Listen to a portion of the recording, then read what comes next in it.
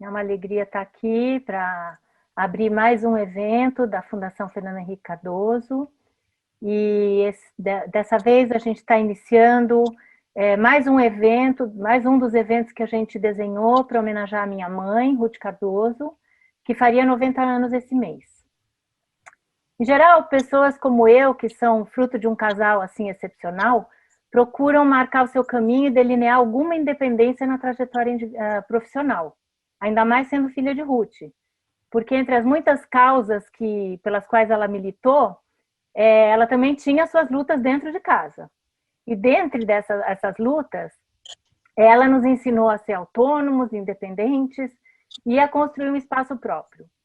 A regra era nada de se embolar, nada de pegar carona na conquista dos outros. Então a gente aprendeu a ter uma vida bem separada, construir o seu caminho por um lado e ter uma interação produtiva, mas cada um fazendo o seu percurso.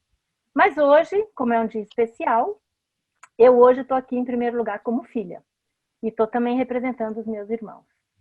Esse momento de homenagem que a gente está vivendo tem sido muito prazeroso, e o fato de poder recuperar a trajetória da minha mãe, as ideias, constatar como fazem falta e como ainda estão atualizadas as ideias e os pensamentos pelos quais ela lutava, reforça muito o nosso orgulho e ajuda a aplacar um pouco essa saudade infinita que a gente tem eternamente. Mas, para além desse plano afetivo, a razão de revisitar a história dela é revisitar o seu olhar arrojado, curioso e preparado, porque a gente foi percebendo que isso pode trazer chaves de leitura para o momento atual que a gente está vivendo, que ainda tem tantas fragmentações e dicotomias que estão em pauta. Então, na verdade, o que a gente está tentando é colocar para rodar o software root, que certamente precisa ser atualizado, quer dizer, a gente teria que fazer uma versão 2020, e nesse processo tem que incorporar novos conteúdos, mas o que a gente percebeu é que ao retomar o material do acervo e as várias conversas que a gente foi tendo sobre a atuação dela, foi ficando claro para a gente que podemos aprender com a forma como ela analisava os fatos, como ela encarava os problemas e como ela se relacionava com os desafios. Então, para poder evocar essa dimensão mais estrutural que eu estou me referindo, a gente aproveitou o mês de setembro para retomar e inaugurar espaços de conversa inspirados no jeito da minha mãe de ser. Então, o primeiro tema foi a retomada da atuação dela no terceiro setor, que foi um marco muito importante na construção da relação da sociedade civil com o Estado, onde ela teve uma participação bastante importante, mas nosso objetivo no debate da semana passada foi olhar para frente, pegar um pouco esse software, pegar um pouco essa dimensão estrutural e olhar para frente, pensar nos problemas a partir desse marco referencial. E a gente lançou também uma exposição virtual que está acessível, vale muito a pena visitar, ela está é uma exposição, não é imensa, ela é bastante, é possível de você passear por ela e ter uma visão completa de uma dimensão do trabalho da minha mãe, que era ela como formadora. Aliás, vendo todo esse material, eu percebi que não é por nada que eu sou pedagoga, né? Quer dizer, vem de uma formação que a minha mãe era uma pessoa bastante coerente, e o que ela falava para fora, ela fazia para dentro, e essa dimensão formadora está muito presente nessa exposição virtual que a gente lançou a semana passada, e que realmente eu recomendo, assim como eu recomendo que vocês visitem também a exposição virtual que a Fundação acabou de lançar também, que é sobre o combate à AIDS. No momento de pandemia, vale a pena visitar como é que foi que, em outro momento, um problema também sanitário e de saúde bastante relevante foi encaminhado e superado. Então, a gente, nesse momento comemorativo, fez um evento, um ciclo de debates, lançou a exposição virtual, e a gente achou que seria rico revisitar a história e o percurso formativo da minha mãe num encontro mais informal. Então, a gente teve a ideia de convidar o Antônio Prata para uma conversa descontraída com o FH, meu pai, que está aqui presente. E esses dois convidados, por razões distintas, dispensam apresentações, né? O Antônio, embora ainda tão jovem, já é um renomado escritor que já conquistou de crianças a idosos como eu, que somos fãs das crônicas e dos seus livros e suas crônicas. FH, tão conhecido pelo público em geral, hoje vai estrelar na qualidade de marido. Minha mãe deve estar feliz lá, vendo ele fazer o papel de marido. E o Antônio, na verdade, teve contato com as ideias de Ruth ainda quando estudante, quando participou do programa Universidade Solidária. Dessa experiência, resultou o Cabras, que creio eu que é o seu primeiro livro, foi escrito com outros 3 colegas, e a minha aposta é que essa oportunidade de viajar pelo Brasil, registrando tudo que via, certamente eu acho que ajudou a afinar o seu olhar e deve ter influenciado na sua formação como escritor. Depois acho que o Antônio pode contar um pouquinho mais para a gente sobre isso.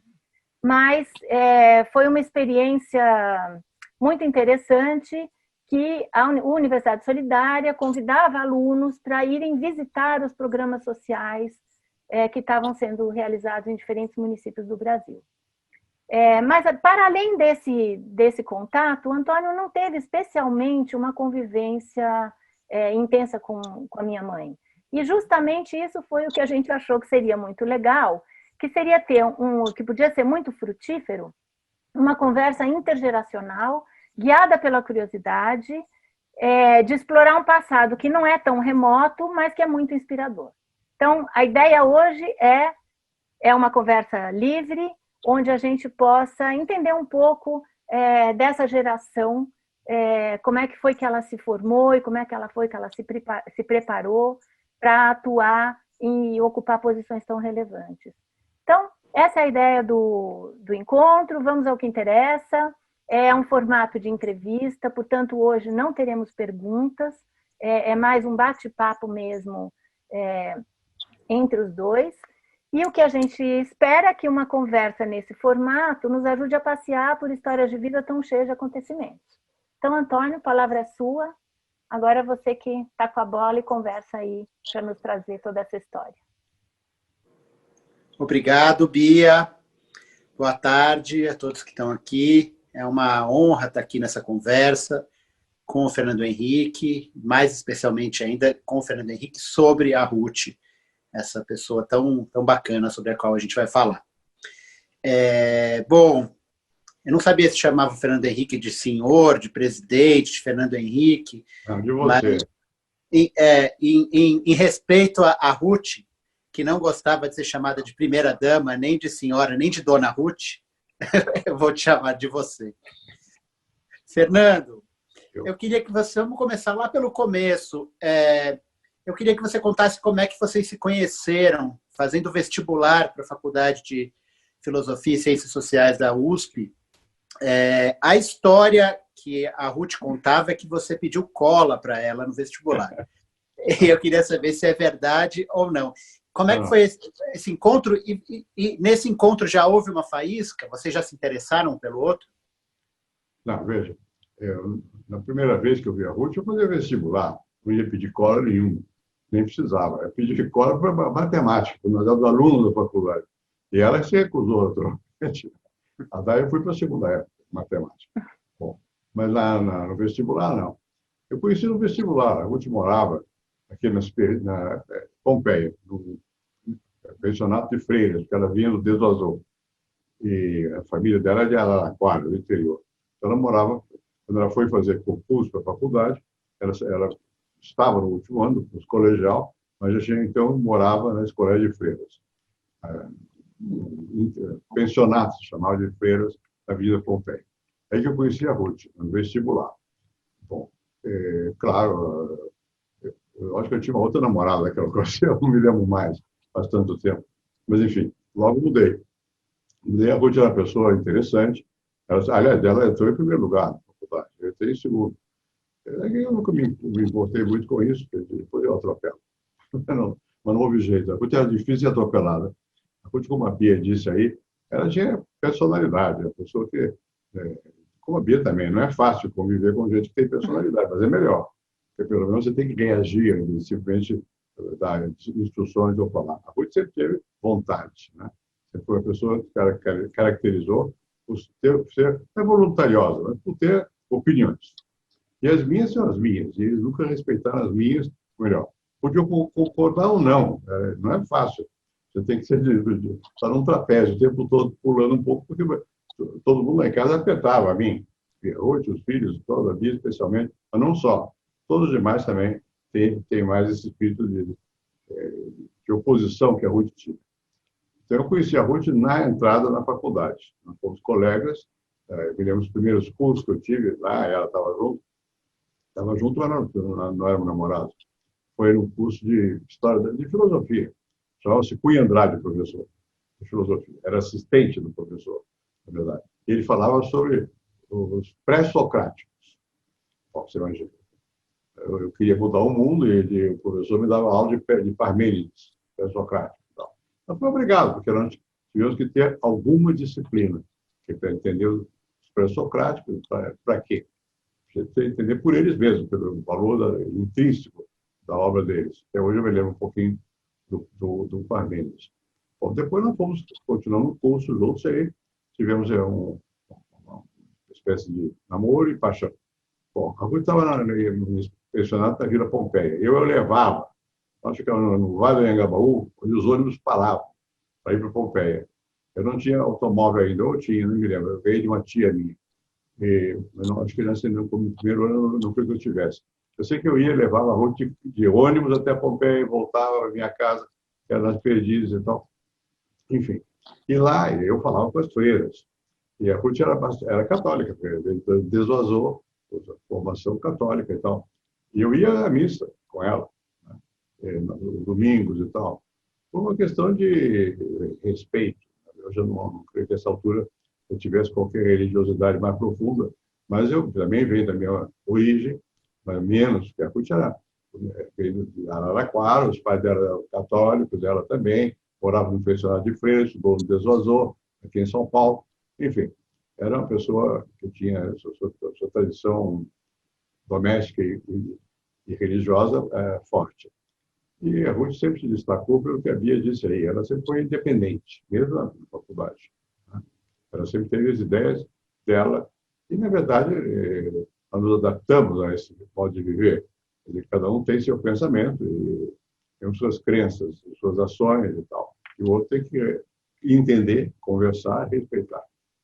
Eu nunca escrevi nada, enquanto a Ruth foi viva, nada, que ela não tivesse lido.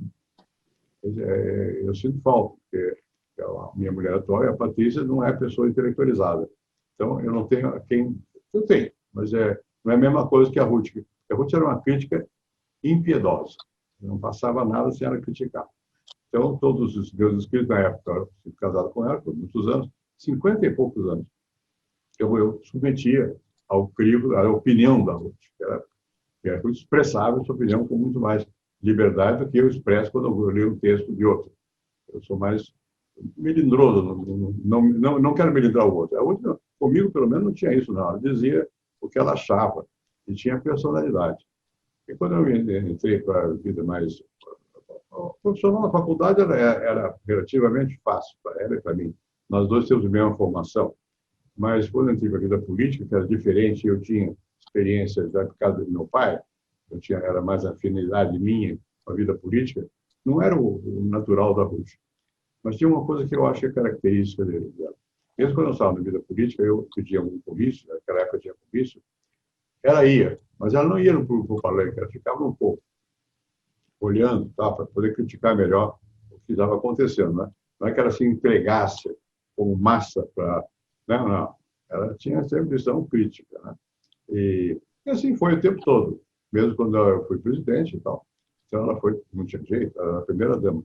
Agora, ela tinha uma qualidade, que ela, sendo como era muito independente, muito forte nas suas críticas do mundo e tal, ela também sabia papéis institucionais. Quando ela foi mulher do presidente da República, ela funcionou como tal em termos, quer dizer, ela sempre teve a vida dela. Me lembro que uma vez ela resolveu que ia dar aula nos Estados Unidos. ia para Berkeley. E você não vai conseguir, você não vai sozinha, não é possível. A vida de presidente é a vida de prisioneiro. Você é cercado, você está nadando na piscina, tem um guarda te olhando para tomar conta de você, não sei o quê, tem médico, essa coisa toda. Você não vai conseguir. Ela conseguiu. Ela foi para os Estados Unidos, para Berkeley, e lá viveu lá, um tempo. Foi para Nova York, eu creio. Eu acho que eu fui em um congresso na Rússia, nem me lembro, e estive com ela, visitei, né, estamos lá juntos, né? E ela estava independente, ela sempre teve vontade forte de fazer o que era necessário. Mas, ao mesmo tempo, ela, quando tinha que ser primeira-dama, que ela não gostava, ela exercia a função. Você trabalhou com ela, com o Prata, na Unidade Solidária, que foi uma maneira dela expressar, né, o tipo de colaboração que ela daria, criando uma instituição que foi criada, né, em que ela queria uma relação da sociedade civil com o governo, mas não queria subordinação de um ao outro. E assim foi. Vamos voltar, antes da gente chegar na comunidade solidária, vamos voltar um pouquinho lá para a faculdade. Eu tenho muita curiosidade aqui de algumas coisas lá para trás. Vocês estudaram juntos, né? Não só vocês estavam presencialmente nas classes, como vocês tinham grupos de estudos de vários autores, né? Não só os dois, como uma geração inteira. Quais eram os autores que mais interessavam a Ruth? Vocês tinham convergências ou divergências intelectuais? Ele tinha autores que você achava o máximo que ela não gostava? Vocês debatiam sobre isso? O grande, se eu posso dizer, usar a expressão, maître à penser, que orientou a Ruth, foi o Lévi-Strauss, que para mim, para o meu gosto, o Lévi-Strauss era um tanto formal, mas não era, ele era um filho capaz de pensar. Ela foi aluna do Lévi-Strauss na França depois. E eu, nessa época, eu estudava Mannheim, Max Weber e Marx. Bom, nós formamos um grupo para ler o Capital inteirinho. Depois a história crítica mais valia. Levou muitos anos. Nós já éramos adultos, eu tinha filhos e tal. E quando a Bia nasceu, nós estávamos num seminário sobre Marx na minha casa. Saímos correndo para ir para o hospital, porque senão a Bia nascia lá em casa, na frente de todo mundo. Bom, então a Ruth participava, mas ela não era muito adepta da dialética marxista. Nunca foi. Ela sempre teve uma visão muito mais antropológica do mundo do que econômica. A economia ela não tinha muito interesse. Tá? Ela participou desse seminário, mas não com a assiduidade necessária. Não sei nem se durante todo o tempo. Porque ela, pouco a pouco, foi formando um interesse próprio dela, que era na área cultural. Eu me lembro que a Ruth resolveu estudar a pobreza em São Paulo. E ela ia aqui no Jockey Club, ali debaixo da ponte do Jockey Club, tinha famílias que moravam. E a Ruth ia lá diariamente para anotar o que eles compravam, o que comiam, para desenvolver, no fundo, a ideia de quais são os mínimos de solidariedade que permitem sobreviver. Foi a ideia que o Antônio Cândido usou muito o livro dele, Os Parceiros do Rio Bonito. Né? Mas é coisa de... O Antônio Cândido também teve formação de antropólogo. Eu tive também, mas menos. Eu era muito mais voltado para a questão estrutural, e a Ruth para as questões culturais. Então, nós tínhamos possibilidade de entender um ao outro, mas nós não tínhamos a mesma, digamos, abordagem dos problemas. Foi assim. Mas sempre convivemos bem.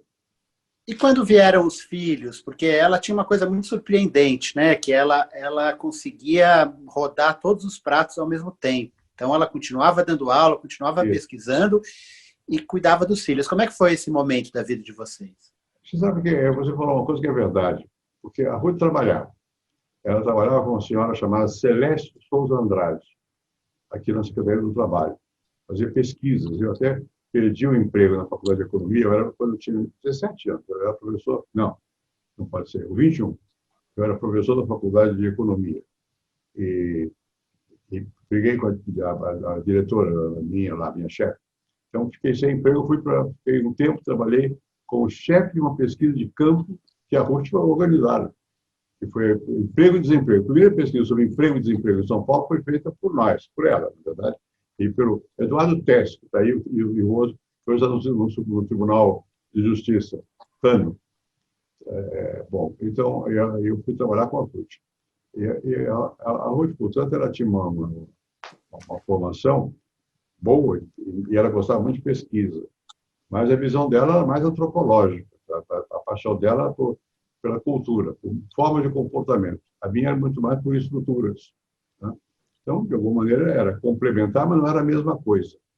Tá? Por outro lado, eu também lia as coisas que a Ruth fazia. Bom, eu sempre fui bom para isso. Bom, não sei, mas eu escrevo com alguma facilidade. A Ruth jamais gostou muito de escrever. A Ruth era melhor professora do que eu fui, porque ela se dedicava aos alunos. Eu dou aula, eu falo, mas não, eu vou embora para casa e esqueço o assunto. Ela não. Ela fica cuidando da formação, tem interesse genuíno. Tanto assim que a Ruth tem várias pessoas que foram alunas dela até hoje, tem um certo culto dessa convivência que tiveram e tal. Então, nós temos personalidades bastante diferentes, né? Mas o tempo todo, não só, porque eu era assistente de sociologia primeiro de história econômica, não, economia, depois eu era assistente do Roger Bastide, que era um francês. E a Ruth trabalhava com Egon Schaller, que era um alemão, era um professor de antropologia, gostava de antropometria, de coisas do estilo assim. Ela era auxiliar de ensino, alguma coisa assim, lá na faculdade aqui, na Maria Antônia. Primeiro foi na Praça da República, onde nós prestamos vestibular. Quando nós prestamos vestibular, a faculdade de filosofia funcionava no último andar de onde hoje a secretaria era de educação, não sei agora, aí na Praça da República, em Pedro Grande tem lá. É? Ainda é. Ainda é. Então, e a Ruth foi mais orientada para a antropologia, com Schader, Emílio Willems, era professor também tinha feito pesquisas e tal. Agora, ela tinha, como ela vinha de Araraquara, ela tinha uma intimidade maior com a Gilda e o Antônio Cândido, Gilda de Melo Souza e Antônio Cândido. Então, quando nós estávamos na faculdade ainda, ela ia à casa do Antônio Cândido, e eu também. Eu acompanhava e tal, então ficamos bastante. Então, hoje eu me arrependo, porque eu devia chatear muito. A dona Clarice chamava a mãe do Antônio Cândido, porque era uma senhora que usava uma bata preta, enérgica. E a Gilda, que você gostei sempre muito da Gilda. E a Gilda era de Araraquara. Né? Então, aí eles se encontraram na Caipirada. Então, eu não tinha muito a ver com esse mundo. Eu venho do Rio, outro tipo de mundo. Mas eu gostava e aprendi muito lá. Então, a Ruth sempre cultuou, por conta dela, os autores que ela tinha preferência e tal, as pesquisas antropológicas. É isso. E tinha uma coisa dela de Araraquara, que está muito presente na biografia dela, biografia aqui do Inácio de Loyola, de onde eu tirei muitas informações. E ela nunca perdeu essa intimidade interiorana, que se tornou depois uma arma etnográfica dela, né? Era uma maneira dela chegar nas pessoas, esse papo interiorano, de perguntar, de falar, e que depois vai dar até lá na frente na comunidade solidária, né? No negócio de tentar ligar as bordadeiras, tentar ligar coisas de artesanato. Como que ela manteve isso? Porque o ambiente acadêmico é uma coisa muito sisuda, muitas vezes, né? E a antropologia, quando vocês começaram, era chamada de perfumaria por muita gente, né? E ela não se importava com isso. Ela podia falar de antropologia hermenêutica e logo depois dar uma receita de cuscuz, como o Inácio de Loyola fala no livro, sem achar que a receita de cuscuz era menos importante do que a antropologia hermenêutica. Como ela conseguiu transitar com tanta integridade assim por esses mundos? Você usou uma expressão que se aplica bem a Ruth, integridade. Ela sempre teve uma integridade grande. E nessa coisa de comportamento, de fato, a formação dela veio... A mãe dela era professora da Faculdade de Farmácia de Araraquara. Né? Bom, e essa vida de interiorana marcou bastante a Ruth, o que deu a ela a capacidade de comunicar, falar com as pessoas. Tá? Bastante grande. Eu me lembro que uma vez eu era presidente e ela foi para o Rio. E, de repente, a Ruth saiu do jornal, alguém me disse, estava sentada numa praça conversando com o popular. A Ruth era assim. Isso para ela não era por exibicionismo, não. Era normalmente, para ela, era simples. Falar com as pessoas. Isso provavelmente vem dos hábitos de Araraquara, não posso garantir. Eu sei que quando eu fui a Araraquara a primeira vez, eu fiquei bastante ressabiado. Eu venho do Rio, outra formação e tal, e ali era o clube, tinha o clube 15, o clube não sei o quê, e eles dançavam muito, eu não sei, eu sou péssimo para dançar, eu dançava bem, né? Mas a Ruth se relacionava facilmente com as pessoas simples. Ela nunca teve nenhum pedantismo. Sempre foi uma pessoa muito espontânea no modo de falar. E sempre deu atenção às pessoas, sem olhar para o status da pessoa. Tá? Mas ela, sabe, não é fácil você ser mãe, mulher, professora, ficando com uma certa fama. Tudo isso não é simples, né? Mas ela levava isso numa boa. E sempre foi bastante dona de casa, no sentido brasileiro, araquarense, né? Dona de casa. Sabia pegar, fazia cozinhar, não sei o quê, fazia bem, caprichava e tal. Eu me lembro uma vez, nós namorávamos na rua Nebraska, no Brooklyn, na casa que era do meu pai. Meu pai foi eleito deputado, foi por Rio. Eu fiquei nessa casa. Então, lá, uma vez veio o Sartre com a Simone de Beauvoir, foram jantar lá em casa. Bom, e era curioso, porque eu estava observando ali. A Simone cuidava do Sartre como se ele fosse um bebê. Por importante que seja, ela cuidava do Sartre com atenção também. Bom, então, isso não é característica brasileira. Né? É possível ter essa capacidade, sendo como era, a Ruth também era independente, feminista e não sei o quê, mas, ao mesmo tempo, isso não atrapalhava a relação humana. E ela tinha um carinho grande com as crianças. E quem lá em casa era disciplinador, não era eu, não. Era a Ruth. Era muito mais quem conduzia a formação das crianças, dos filhos, não? Era a Ruth. Bom, claro que dentro de limites, porque o Paulo Henrique, que é meu filho, foi ficando mais a mais, porque adolescente, ela morava no Morumbi, era um inferno. O Paulo não chegava à noite, e a Ruth não dormia. Uma vez eu tive que levantar, porque a Ruth demorou tanto, e lá fui eu para achar o Paulo, na polícia. O Paulo estava preso na delegacia. Por quê? Porque ele entrou numa boate e não tinha idade para entrar na boate. Bom, esse tipo de coisa. Então, a Ruth, ao mesmo tempo que era exigente, e ela era uma pessoa que tinha carinho pelos filhos, por mim, né? Pessoa cuidadosa, e pelas pessoas em geral. Isso eu acho que vem desse background de araraquarense, muito mais do que é uma coisa espontânea nela. E nessa história do Sartre e da Simone de Beauvoir tem um agravante, porque isso que a Simone ficou fazendo em cima do Sartre, essa marcação cerrada, é porque ela não queria que o Sartre comesse, parece que era um creme de mandioquinha, não era isso? Que era a especialidade da Ruth. Pode ser. E ela implicou porque tinha cebola, não era isso? É verdade. Eu não conhecia aquele negócio. Né? Mandioquinha, quem é que sabe que é isso? Meio mas dificuldade, você imagina, não sabe. É enorme dificuldade, é coisa aqui do caipira, é coisa interior. Né? A Ruth sempre manteve, não é que ela fosse caipira, não era, mas ela tinha amor pelas coisas do interior. Né? E que é uma coisa que eu nunca tive tal amor, eu nunca tenho. Para mim é o outro, para ela não era o outro, era o mesmo. Né? E por outro lado, ela, quando estava lá no palácio, Alvorada, era a dona do palácio.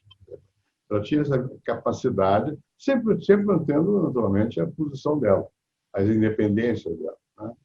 E isso é visível, a olho nu. Né? Mas ela era uma pessoa, era também dona de casa, e era disciplinadora dos filhos. Né? A Ruth era professora. Quem foi aluno dela sabe. Ela lia aqueles trabalhos dos alunos, ela motivava, se interessava, tinha essa qualidade que é humana, na verdade. Né? São estilos diferentes. Né? Eu nunca fui, nesse aspecto, professor, propriamente. Né? Eu sempre fui muito mais expositor. A Ruth era mais, cuidava das pessoas, uma atenção voltada para o outro, com naturalidade, com espontaneidade, não era uma coisa forçada, né? E, ao mesmo tempo, ela tinha estudado no Desazô, ela falava francês, ela tinha uma certa sofisticação, né? Mesmo no vestir, ela tinha uma certa sofisticação, mas isso não embutia as qualidades humanas. Ela sempre preservou muito essas qualidades humanas. Depois do golpe de 64, a vida de vocês na academia começou a ficar complicada, né? Foram estrangulando ali a vida acadêmica, até que chegou um dia que você foi na Maria Antônia e foi avisado, se não me engano, por ela mesma, por outra pessoa, que estavam lá para te prender. E você teve que fugir, se escondeu na casa de amigos, depois vocês se exilaram. Como é que era esse ambiente na casa de vocês? Vocês com filhos pequenos já, se não me engano? Vocês tinham medo de ser presos? Vocês falavam sobre isso? Como é que era essa situação? Bom, naquela época do golpe de 64, né? Bom, eu era professor da USP, a USP também, e eu morava no Morumbi, uma casa burguesa, né? E agora, se alguém à noite tocasse a campainha, dava medo. você não sabe o que é, porque o clima foi ficando pesado. Né? Não era sempre assim, mas foi ficando pesado. Isso foi na minha volta do Chile. Em 64 era menos assim. Tá? Mas, de qualquer maneira, era já um clima que começava. Eu fiquei na casa de um amigo meu chamado Sérgio Muniz, que era ao lado da biblioteca. E à noite havia barulho de sirene, de carro de polícia, mais para assustar do que qualquer outro motivo. Né? Agora, depois eu fui para o Guarujá, para a casa do Thomas Facre e da Mirani Facre, que era amigo nosso, eram donos de uma empresa chamada Fotótica. Bom, e lá fica um apartamento que eles tinham lá, ficamos lá, eu e o Leôncio Martins Rodrigues, que foi fazer companhia. Nós íamos à praia para fazer o quê? Em frente a um forte, né? Bom, enquanto isso, a Ruth estava em São Paulo, e com o Maurício Segal, que foi meu colega na Faculdade de Economia e foi meu chefe na Faculdade de Economia, filho do Lazar Segal. Bom, e o Maurício Segal era decidido, a Ruth combinou com ele e eles prepararam a minha ida embora para o Chile. Bom, eu não estou nem sabendo, estou lá no Guarujá, escondido, não sei o que e tal.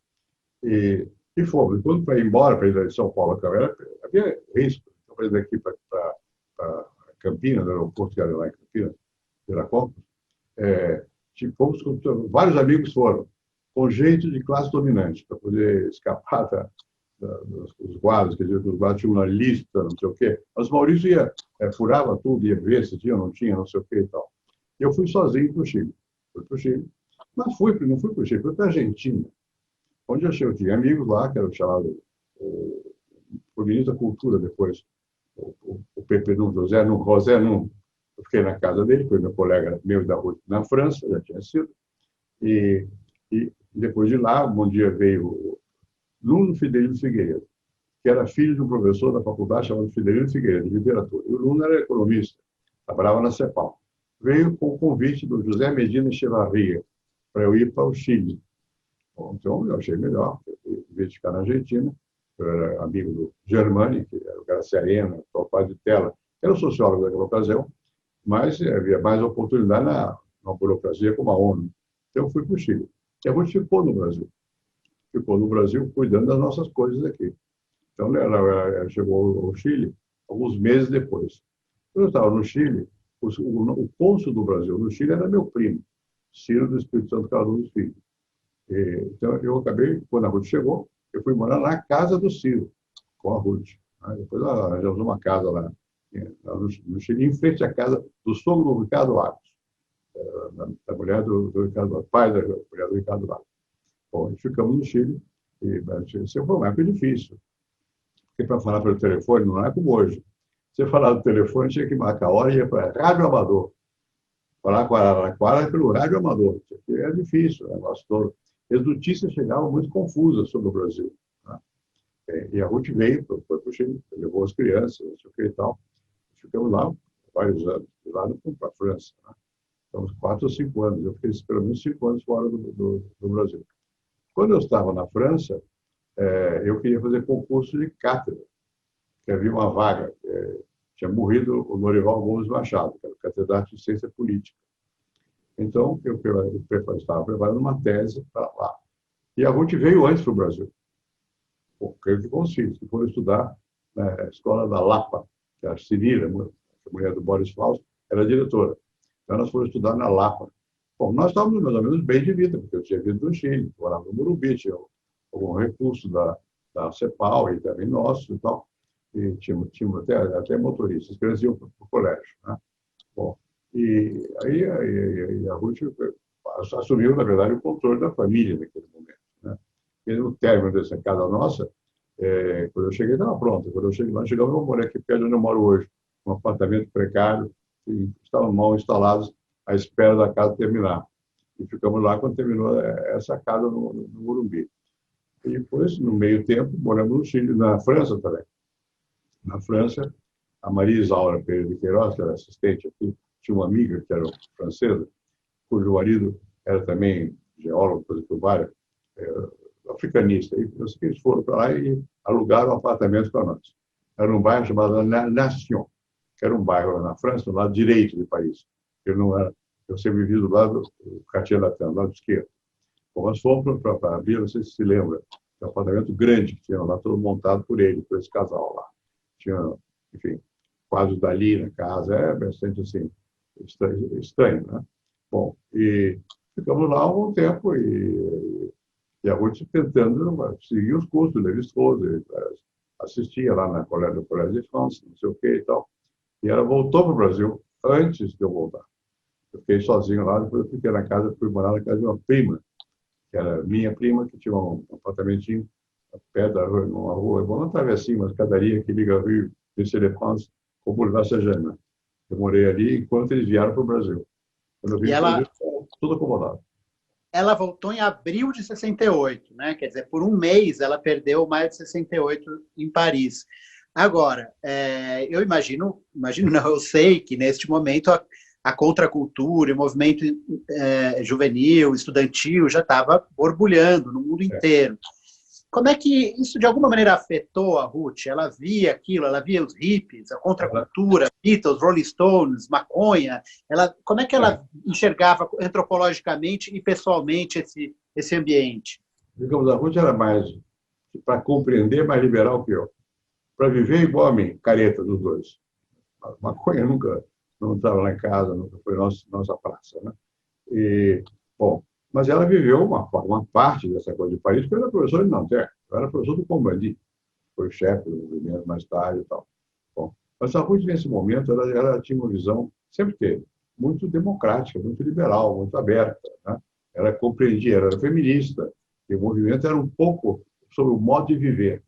Então, ela se sintonizava com aquele movimento fortemente, né? Ela não viu o maio, propriamente dito, porque ela tinha vindo para o Brasil um pouco antes de chegar ao mês de maio, quando estourou todo aquele negócio lá. Mas quando eu voltei para o Brasil, na faculdade aqui da Maria Antônia, foi uma espécie de repeteco daquilo tudo lá, né? Eu me lembro que eu tinha uma pessoa que eu conheci, era sobrinha do Raul Roa. Roa foi ministro do exterior do Chile. Hilda Roa, que não sei o que é feito dela, até morrido já. Ela veio para o Brasil. Eu vi um seminário no Rio, a Ruth foi. Um seminário, não me lembro sobre o quê, mas nós estivemos lá. E essa moça veio para São Paulo, ficou lá em casa, né? E nós íamos para a faculdade, e a faculdade já era tomada pelos estudantes, havia muita agitação naquele momento todo. Foi um ano de muita vibração. E nós vibrávamos com aquilo tudo, né? A Ruth, talvez mais do que eu, entendia, talvez melhor do que eu, aquele sentimento, porque aquilo foi uma revolução cultural, um modo de viver, né? E eu era uma pessoa mais voltada para as revoluções sociais. Aquilo não foi propriamente uma revolução social, aquilo foi da juventude contra o modo de viver careta das classes todas, né? Bom, e a Ruth era muito ligada a isso. Para ela era mais normal, mas não sei se é normal, ela aceitava com mais naturalidade esses fatos, né? Mais naturalidade do que eu, né? Que já era bastante, na época, eu já era bastante aberto, né? Então, nem se fale. Então, essa combinação de uma pessoa que guardava formas, que é o caso da Ruth, e, ao mesmo tempo, tinha um pensamento mais aberto, não é simples de encontrar. E caracterizá-la é difícil por isso, porque a Ruth era as duas coisas ao mesmo tempo. Ao mesmo tempo que ela era mãe, a dona de casa, e era mulher do presidente da República, por caso, ela era uma pessoa que acompanhava a cultura, a vida, o que acontecia com os estudantes. Tinha, digamos, o sentimento dela vibrava mais com esse tipo de movimento. E certamente ela não viu mais 68, mas pressentiu o que ia acontecer lá na França e foi simpática, naturalmente. Isso que você falou agora tem muito a ver com a maneira como ela lidava com o feminismo também, né? Eu assisti o Roda Viva dela de 99, isso. Parece que foi gravado semana passada, né? Porque ela está falando de feminismo negro, ela está falando de salários equivalentes para homens e mulheres, está falando de aborto, das poucas pessoas que fala pela descriminalização do aborto no Brasil, abertamente, né? Uma hipocrisia gigante. Por outro lado, ela era essa mulher da década de 20, né? Ela nasceu em 20, não é isso? 90 anos. Ela nasceu em 20, certo? Não. 30. Ela nasceu em 30. Eu nasci em 31. 30. Enfim, 30, claro. Desculpa. As humanas fazem mal para a cabeça das pessoas. Então, ela tinha esse comportamento tradicional, né? De esposa e de mãe, mas ela tinha uma luta muito muito aguerrida pelos direitos das mulheres. Como é que ela via o feminismo? Como é que as feministas viam ela ao longo da vida dela? Bom, eu posso dizer como é que ela vivia esse movimento feminista, né? Ela sempre foi, pessoalmente, muito independente. Sempre prezou. Primeiro, ela veio para São Paulo sozinha. A família ficou em Araraquara, ela ficou no Deso Azul, internada aqui. Depois foi pensionada, como eu disse aqui. O que não era habitual naquela época. A Ruth sempre teve esse sentimento de independência, né? Então, e sempre teve um pensamento de igualdade entre homem e mulher, o que também não era habitual naquela época. Mas ela era amiga da Ruth Escobar, por exemplo, que era uma atriz aqui, né? E muitas outras pessoas. A Daniela Dayon, que trabalha comigo, foi orientada pela Ruth. São pessoas que tinham forte personalidade e tinham simpatia por esses movimentos. A Ruth fez parte do Conselho da Mulher, Conselho Feminino, se chamava, que o Montoro criou aqui. E depois eu criei lá em Brasília por instância dela, tá? De fazer uma coisa semelhante ao que o Montoro tinha feito aqui. Ela participou desse conselho feminista aqui em São Paulo. Feminino, não era feminista. Mas isso não a levava a ter um comportamento como os homens, não sei se é os homens, como algumas feministas têm, de agressividade com relação aos homens. Não era esse o caso, né? Ela nunca foi agressiva, mas tinha independência. Então, ela sempre teve mais afinidade com esse tipo de movimentos sociais. Eu devo dizer mesmo que a ideia de movimento social, que é uma ideia que, naquela época, ela surgiu com força, nos anos 70, 80, né? Depois, mais tarde, nós fomos amigos, somos até hoje. Eu sou o Manuel Castells, que estudou bastante movimentos sociais, a Ruth também, não sei o que e tal. Então, a ideia de movimento social, que hoje é banal, na época não era, porque nós estudávamos classe, estrutura, o movimento era um partido, aqui não era partido, tá? O feminismo não era um partido, tá? E assim vai. O movimento de mais de 68 não era de partido também. E a Ruth era muito mais da dinâmica, dos movimentos, do que das estruturas, da coisa já dada, né? Então, isso foi uma característica bastante interessante também da Ruth. E ela, de alguma maneira, teorizou sobre essas coisas, né? Mais do que na época era usual. Mas ela tinha formação em antropologia e Lévi-Strauss, como eu disse aqui. Portanto, não era propriamente uma formação para discutir movimento social. Era mais as formas de pensamento, as estruturas, enfim, uma coisa mais organizada, né? A organização da família, parentesco, não sei o quê. Então, a Ruth acrescentou a essa dinâmica, a dinâmica dos movimentos sociais. Foi vivido por ela com muita emoção do ponto de vista de produção de ideias a respeito dos movimentos e tal. A Ruth nunca foi de partido. Ela nunca foi militante de um partido. Ela sempre foi uma pessoa da sociedade, do movimento, né? A questão das mulheres, a questão dos negros, né? Bom, eu tinha também formação nessa área, porque eu vinha fazer pesquisa com Florestan Fernandes e Roger Bastille. Devo dizer, entre parênteses aqui, que naquela época eu morava na Rua Nebraska, na casa do meu pai, que foi para o Rio. E o Florestan morava na Rua Nebraska também. Então, o Florestan vinha todo dia à nossa casa.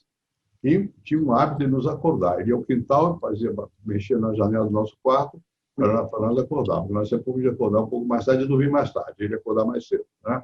Acordar para quê? Para tomar um cafezinho e telefonar. Naquela época, telefone era privilégio. Eu tinha porque meu pai era deputado. Então, era dele, não era meu. O Florestan não tinha. Ele vinha lá em casa e falava. Telefonava muito com Paulo Duarte. Paulo Duarte era editor da revista chamada Anhembi, naquela ocasião. Veio do Estado de São Paulo, do Estadão e tal.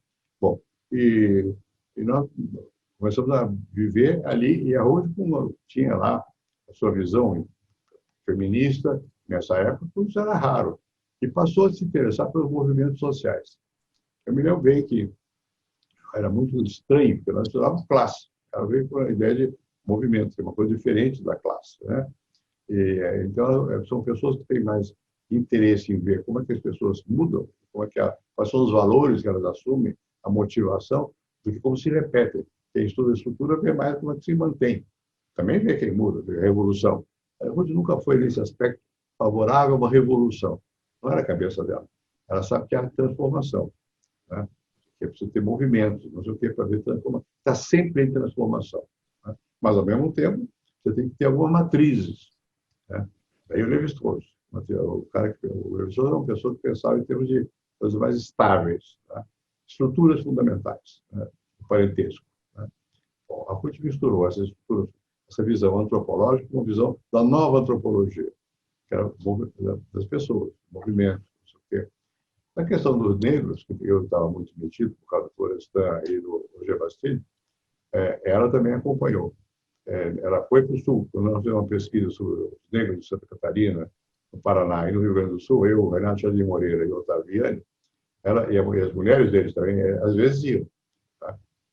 E ela acompanhava. E uma vez eu e ela fizemos um estudo aqui em São Paulo sobre a Umbanda. Umbanda é um tipo de religião urbana, na verdade, embora tenha influência de Macumba, se criou na cidade. E aqui era muito interessante que nós íamos para o Brás, da Umbanda, o Brás. E nós fizemos um estudo em Araraquara, que era a terra dela. Por quê? A empregada da casa dos pais dela, uma das empregadas, como a gente chamava, era uma pessoa simpática. Quem? Delfa. Delfa. A Delfa, né, nos levou para guerreiros de Umbanda lá. Nós escrevemos um trabalho em conjunto sobre Umbanda, em Araraquara, não sei o que e tal. Então, isso é uma coisa mais antropológica, né, do que sociológica. Preocupação com religiões e coisas pelo estilo.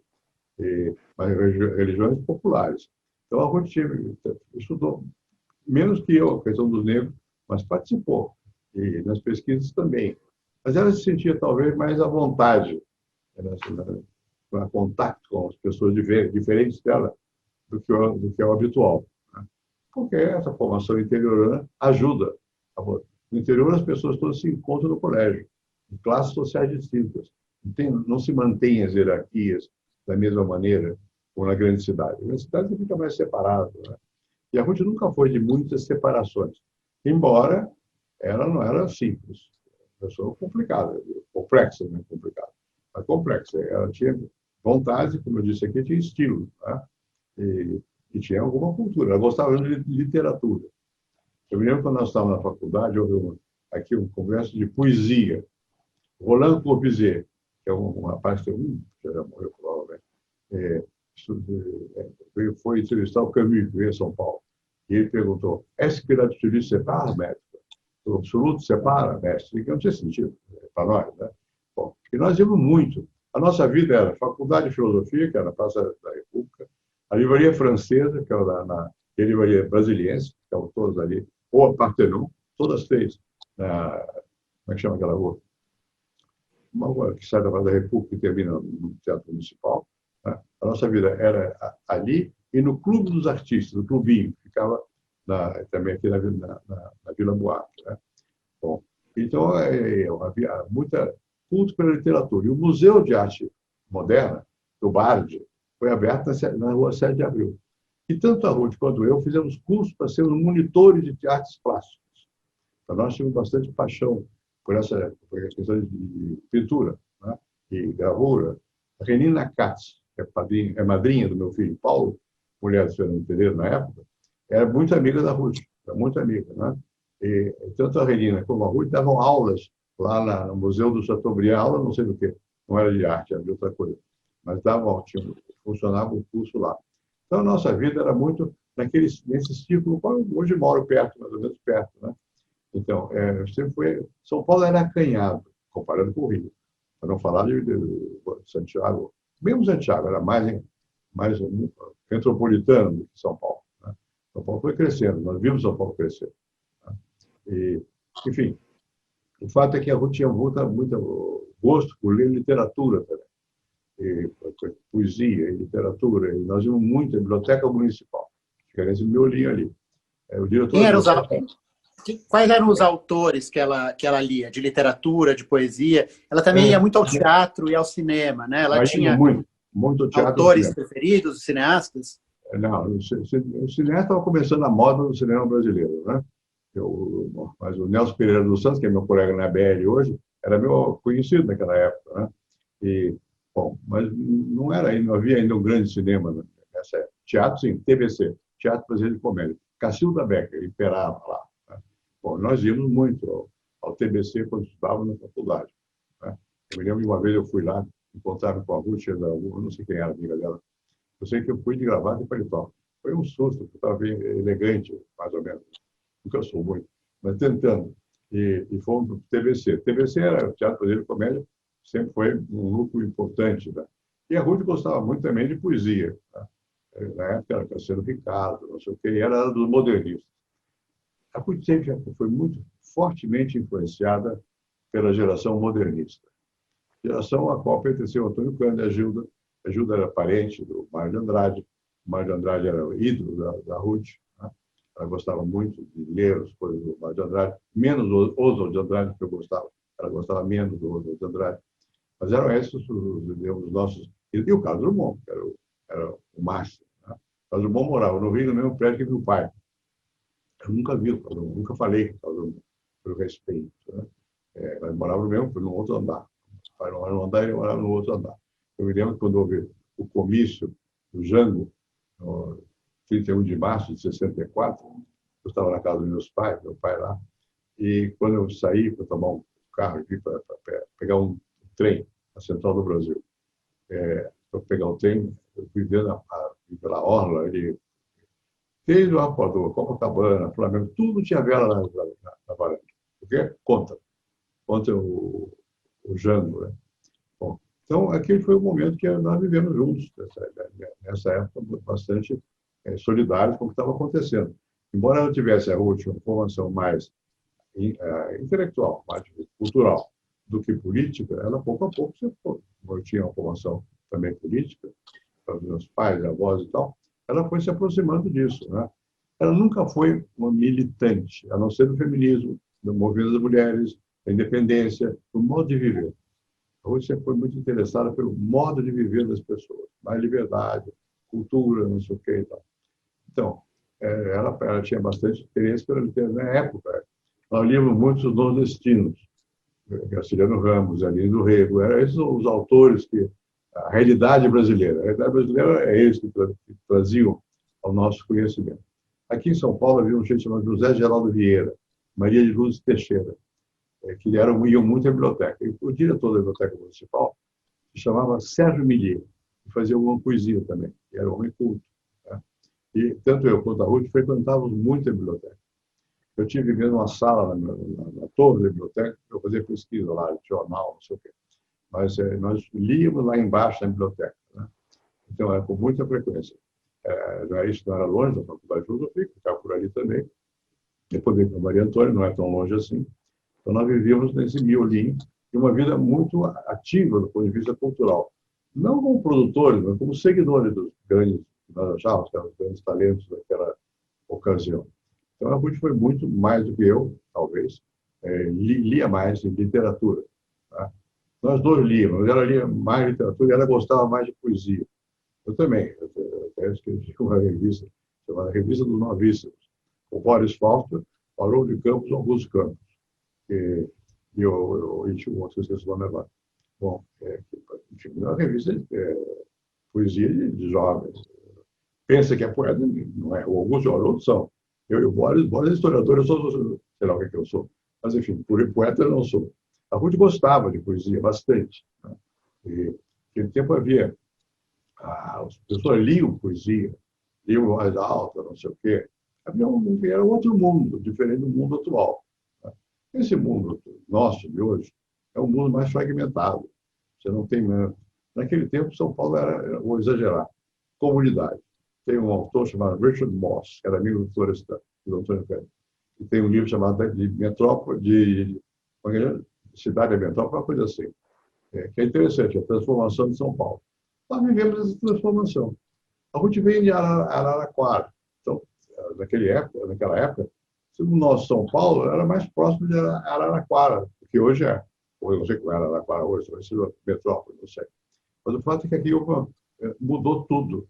E a sociedade na qual nós vivemos é uma sociedade fragmentada, cada quem no seu canto, não sei o quê e tal. E também, ao mesmo tempo, é curioso, paradoxalmente, precisa de quem no Oriente, de líderes. Né? E ela é muito fragmentada. E o que unia no passado era o partido, não tem mais. O partido não conduz o comportamento. Né? São talvez valores. Né?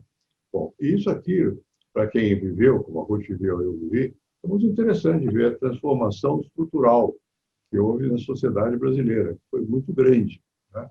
E hoje é uma sociedade contemporânea, dispersa. O que une? É isso aqui. nós todos usamos a internet, redes, não sei o quê. No meu tempo não tinha isso, no nosso tempo não tinha rede nenhuma, não existia acesso à internet, né? Quando eu fui professor em Stanford, acho que eu não sabia se lembra, mas lá tinha um negócio chamado Parque de Inteligência Artificial. Era o começo dessas coisas.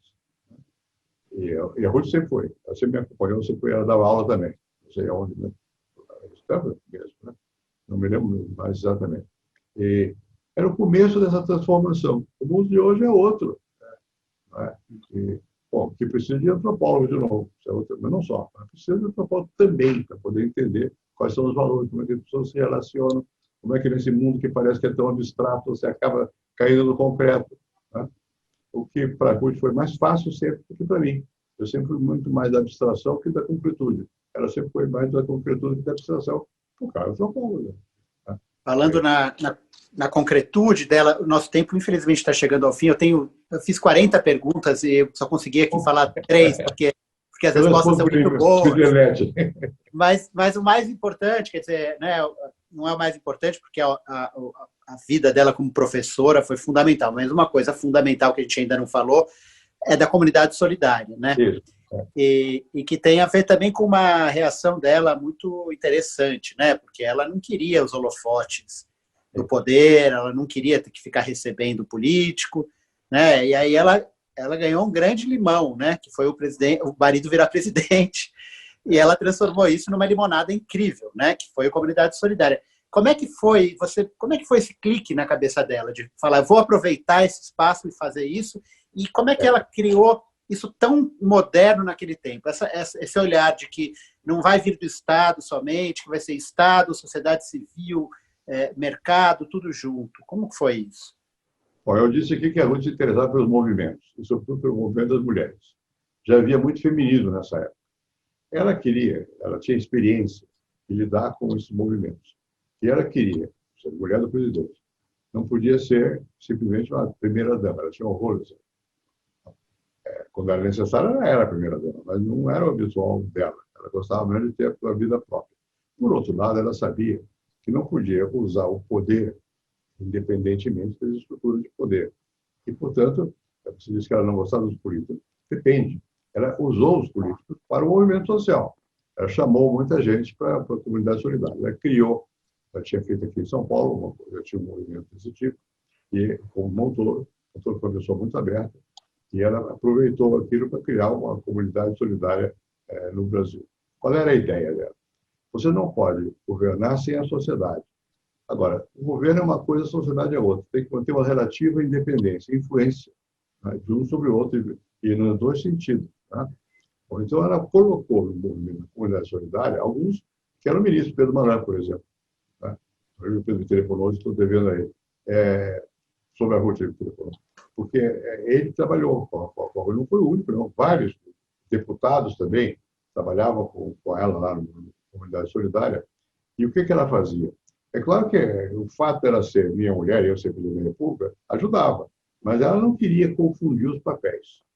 Ela tinha a visão da sociedade civil como uma coisa importante. Você precisa não esquecer que, a partir dos anos 70, a ideia de sociedade civil, que é um pouco gramsciana, mas não se ligava a Gramsci, nasceu aqui, foi igreja, as igrejas, na verdade. Tá? A sociedade civil se movimentou. Na ditadura, houve muito movimento da sociedade civil para a defesa dos direitos políticos e civis. Tá? Bom, então, a Ruth vem dessa época. E ela botou em prática, quando teve chance, quando foi presidente, de fazer a comunidade solidária. Que era um movimento que tinha ligação, obviamente, ela era minha mulher, tá? Mas não era do governo, era da sociedade civil. A relação de sociedade civil e Estado é uma relação complexa. E ela, de alguma maneira, desenhou um modo pelo qual ela podia participar, ao mesmo tempo, da sociedade civil e, inevitavelmente, sendo minha mulher, era presidente, tá? Da política, do poder. O poder Agora, o coração dela não estava com o poder, estava com a sociedade. Sempre. Tá? Nunca esteve do lado do poder. Ela usava para dar mais espaço para a sociedade. Mas ela não via o mundo pela ótica do poder. O que não quer dizer que ela não tivesse tido influência política sobre mim, ela tinha. Tá? Porque nós conversávamos sempre sobre as pessoas e tal, ela conhecia as pessoas. Você sabe, quem está muito metido na briga política não percebe certas coisas. Quem está um pouco fora percebe melhor. Tá? A gente percebia, falava e tal. Nós sempre tivemos uma independência de pensamento, eu e ela. Mas convergência, para chegar a um entendimento qualquer. Tá? Você lembra de alguma coisa que ela falou, alguma sugestão que ela deu que impactou o seu governo? Por exemplo, o Vilmar Faria, que era meu assessor, foi muito influenciado pela Ruth. Né? E, através do Vilmar Faria, eu ficava sabendo o que ela achava, na verdade. Né? Bom, mesmo sobre a nomeação de ministros, eu sempre conversava, não assim, diretamente, às vezes sim, diretamente. E tinha as pessoas que ela gostava e que ela não gostava. A Ruth sempre foi mais aberta na matéria. Gosto ou não gosto, né? Então, isso, de alguma forma, influenciava. Né? E, às vezes, ela implicava. Havia assim também. De repente, implica. Né? Às vezes, implicava. Eu implico menos com as pessoas. Tento ser mais, eu não sei se é verdade, mas gostaria de ser mais tolerante. A Ruth não gostaria, está certo, que é certo que é errado. E assim ela julgava, os ministros também. Né? E tinha os que eram mais afins com ela. Paulo Renato, por exemplo, ela gostava. Paulo Renato era uma pessoa com quem ela se estava bastante bem. Né? O Pedro Bolsonaro ela gostava, mas ela não entendia, que era o de economia. Os outros bancos centrais não tinha nem... conhecia socialmente, mas não tinha interesse pelas questões que eles discutiam. Né? Agora, educação, mesmo de saúde, ela tinha opiniões. Né? O Jatene, o Serra, né? E pessoas do Rio Grande do Sul, ela sempre opinou. O Serra se deu bem com ela se dava bem com o Serra. São diferentes, ambos são teimosos, né? Cada com o seu modo, mas ela se dava bem com o Serra. O Serra e com o Paulo Renato havia mais intimidade. E a Ruth participava disso com mais liberdade. Também a Doroteia Werneck, que é uma pessoa que as pessoas talvez não saibam, porque ele tinha bastante influência em certo momento no Ministério do Trabalho. E a Ruth gostava da Doroteia. Né? A Ruth sempre teve um pendor para ver a questão da composição feminina. Tem mulher, não tem mulher, não sei o que e tal. Na hora de nomear ministro do Supremo, também. Não que ela influenciasse. Ela sabia que ela podia ou que ela não podia. Mas eu prestava atenção. Botava mulher, botava um negro, botava não sei o quê. Essa coisa de identitária, que é cultural, que é de antropólogo, acaba influenciando. Então, a Ruth, não diretamente, porque ela era cuidadosa, não vinha falar mal de alguém para mim. Às vezes falava, mas normalmente não. Mas ela era cuidadosa, mas ela tinha uma visão clara. Tem que ter representação de todos. Né? E, inclusive das classes populares. Ela sempre teve muita preocupação. Eu me lembro uma vez, nós estávamos num comício aqui em São Paulo, direta já, coisa assim. E eu estava no palanque, todo o personagem da República, não sei o quê. De repente, eu vejo a Ruth no meio da massa. Ela estava lá, no meio do povo. Né? Era o estilo dela. Né? E, portanto, ela, ao mesmo tempo que ela desempenhava o papel que ela sabia que tinha que desempenhar, e desempenhava, ela tinha características próprias. Deixa eu dar um exemplo concreto. A Ruth sempre teve uma certa diferença com a questão militar. Eu venho de uma família que meu pai era general, meu avô era marechal, não sei o quê. Bom, a Ruth não. E ela sempre teve, essa paulista, uma visão civilista. Ela se encantou com os militares. Ela tinha especialmente alguns que trabalhavam na comunidade com ela e tal, e algumas pessoas que eram de segurança dela, que eram importantes para ela. Né? Ela ia ao teatro e levava essas pessoas. Né? E, bom, então a Ruth foi dar aulas na escola militar, uma certa altura, foi convidada. E ela gostou de ver, veio surpresa, porque achou que a mentalidade tinha mudado, estava mudando, não sei o que e tal. Enfim, ela aprendeu também bastante, né, como eu também, no desempenho de cargos públicos. Né? Não é que aquilo fosse da alma dela. A alma dela era outra. A alma dela era professora, né? Dona de casa, mãe, pessoa amiga, pessoa da vida social. Não socialite. Ela não, jamais foi. Não gostou, ia. Fazer o quê? Tinha que ir, ia. Cumpria. Mas não era o estilo da Ruth. O estilo da Ruth era muito mais de movimento, de vida. Né? Mas ela sabia que o poder existe em certas circunstâncias. Nunca deixou de ir às solenidades, quando era necessário. Ia ao Itamaraty, não sei o quê. Bom, depois ela falava francês bem, inglês mais ou menos, mas ela falava, ela dava aula, né? Fazer o quê? Falava, se virava. Né? Espanhol, melhor que eu. Né? Enfim, ela tinha uma certa loquacidade que é necessária o desempenho de certas funções. Necessário, não é? Nosso presidente atual acho que mal sabe português, né? Mas, enfim, é bom saber. Você, para ter familiaridade com o outro, você precisa falar, pegar o telefone e falar com o outro, da língua do outro. Não vai falar na nossa. Alguns sim, mas são poucos que falam. Tem o espanhol, eles não entendem. Se não falar em espanhol, eles não entendem. Bom, e a Ruth sabia essas coisas. Então, ela era capaz de desempenhar-se como primeira-dama. Mas não era a paixão dela. A paixão dela era ser o que ela era. Mulher, professora, mãe, e pessoa... Estou usando a expressão que não corresponde. Agitadora social. Movimento social. Isso ela gostava. Tem onda, estou aí. Né? Tem que entender a onda. E, se possível, entrar com ela, ajudar a onda. Né? Se for um onda de protesto, coisa assim. E não só. Construtivo também. Mas era isso.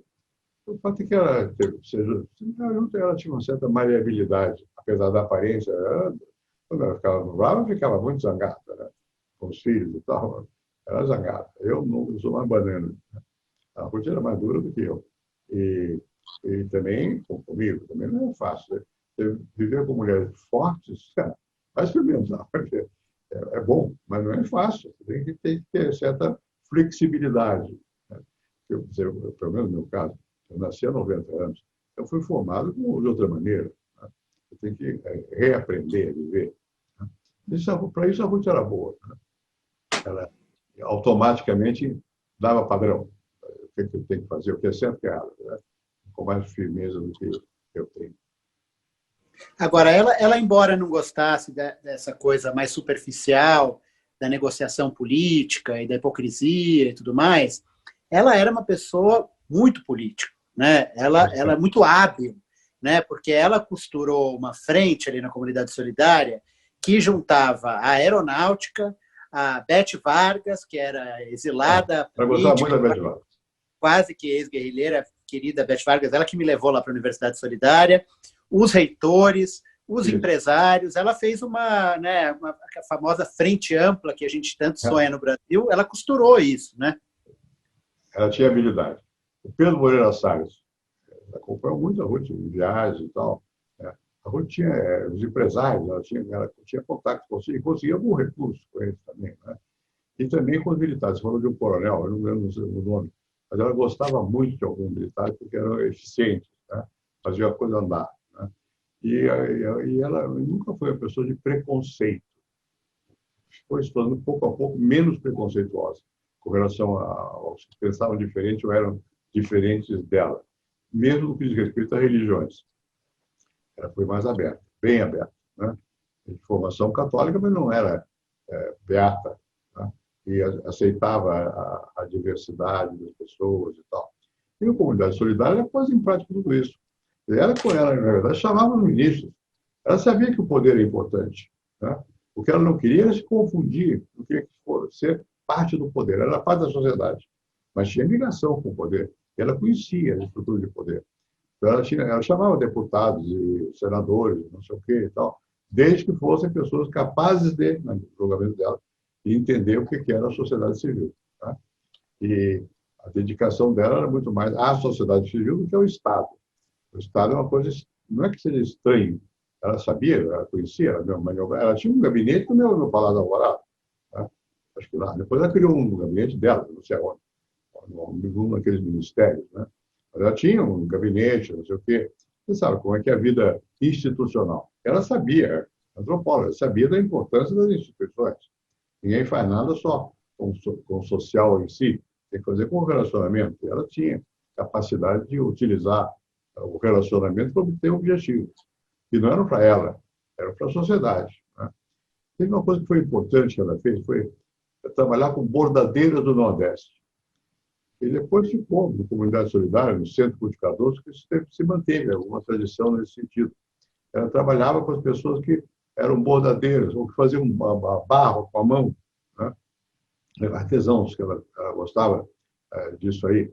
E também sabia que tinha que ter recurso. Como é que tem recurso? Fazia um jantar uma vez por ano para poder pegar recurso, não sei o quê. Enfim, não era ingênua. Ela tinha noção da realidade e não tapava o nariz diante da realidade. Não, não. Ela era diferente, ela queria fazer coisas diferentes do que era o institucional. Mas ela sabia que sem o institucional também não anda. Enfim, Ela foi uma pessoa... Agora, teve uma questão, uma ala dos militares com quem ela teve muito problema, que foi a ala dos cozinheiros do Palácio da Alvorada, né? Que era ocupado pela Marinha. Como é que é essa história? Ela não conseguia negociar uma salada ali. É o seguinte, o pessoal do serviço era geralmente da Marinha. Eles faziam tudo de lata. Porque o navio, então, você faz de lata. Bem, e eu me lembro que coquetel de camarão. É?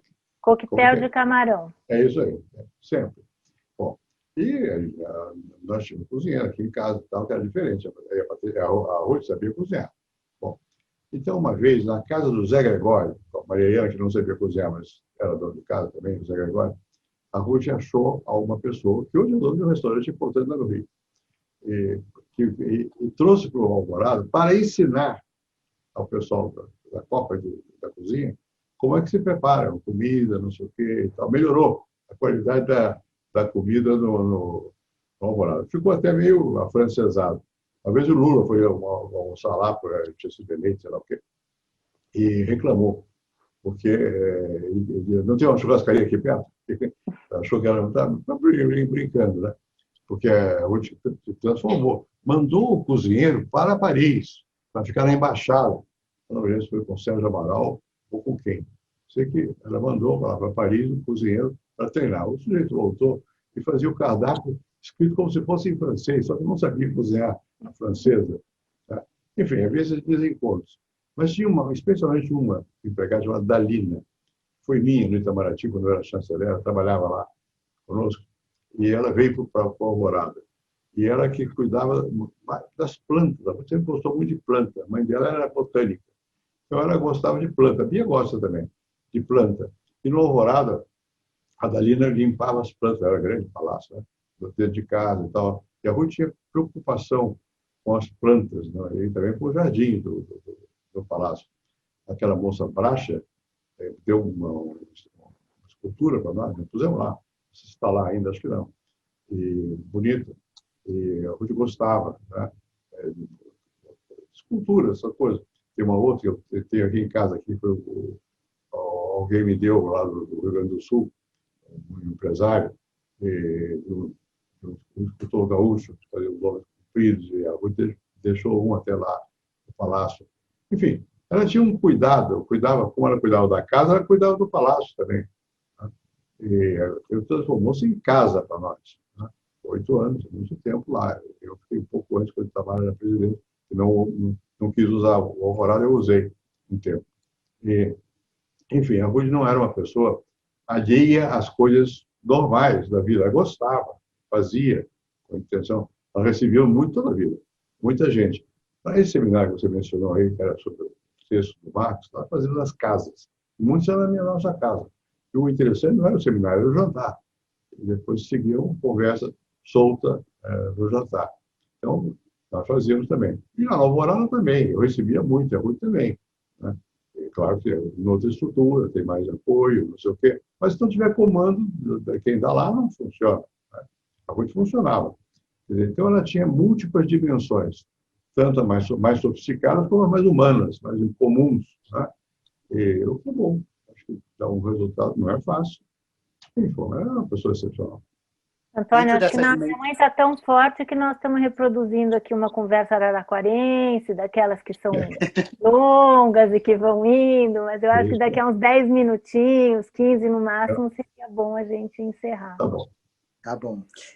Dentro disso do que a Bia falou antes, né, que ela criava as pessoas para serem independentes, tinha uma faceta que ela achava que quem não cozinhava tinha algum problema sério, né? Fazia parte da formação de uma pessoa.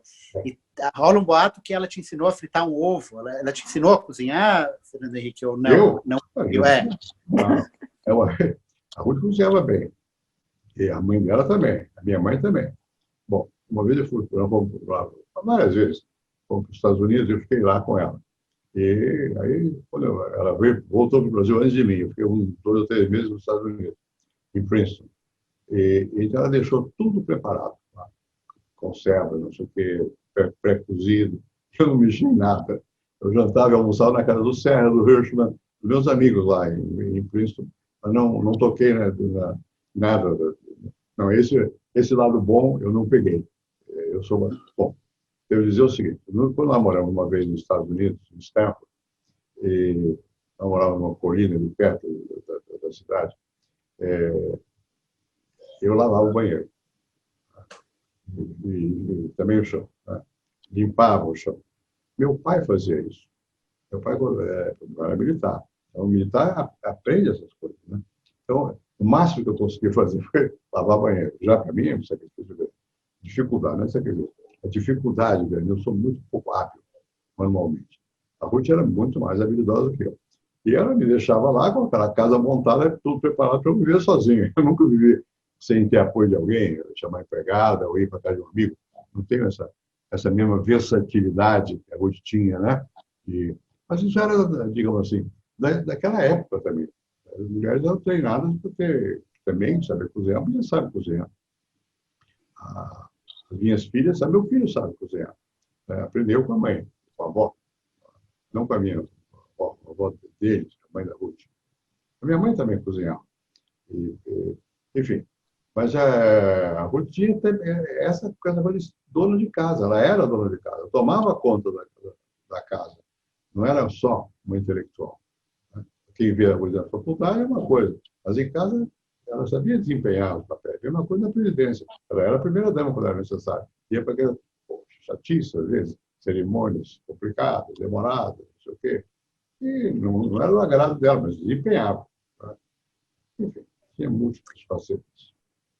Como uma última pergunta aqui, que a Bia já está corretamente aqui nos avisando que está tarde, para resumir um pouco assim, como você resumiria não, mas descreveria para uma neta sua, uma bisneta, um bisneto que não conheceu a Ruth, se você fosse explicar quem era a Ruth, como você contaria isso? Primeiro eu começaria por dizer, é pena que vocês não a tenham conhecido.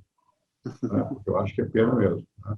Eu tenho um bisneto e vários netos.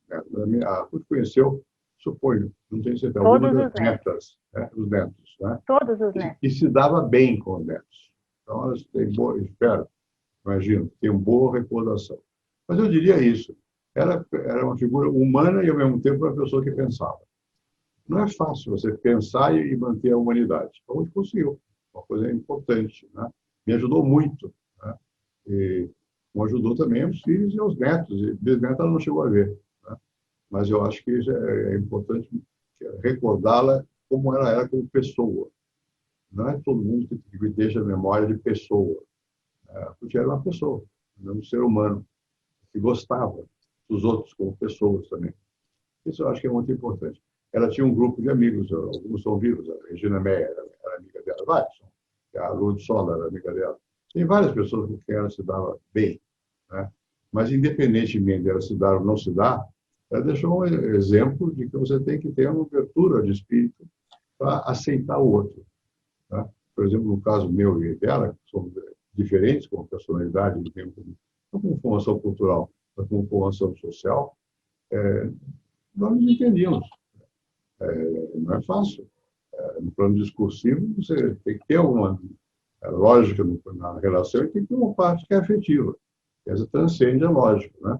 Você não manter uma relação 50 e poucos anos se não tiver, ao mesmo tempo, uma convivência intelectual e outra afetiva, né? Ou a mesma afetiva também. Né? Eu acho que isso é importante. Né? Você não pode ter uma pessoa unidimensional. Tem que ter várias dimensões. Está muito difícil. Terminamos, Bia? Terminamos. Quero agradecer imensamente, Antônio, sua disponibilidade. Eu acho que pelo chat a gente vê que todo mundo aproveitou muito. A gente reproduziu Araraquara aqui um pouquinho. E é isso. E dizer para todo mundo, passeiem pelo site da Fundação, visitem nossa exposição e acompanhem nossos novos debates, que a gente tem uma programação intensa e cada vez estamos tentando abrir novas frentes, novos temas e inspirados pelos dois. Então é isso. Obrigada, Antônio. Obrigada, Pai. Eu que agradeço. Obrigado a vocês. Obrigado a Ruth. Isso. Obrigado a Ruth. Tchau.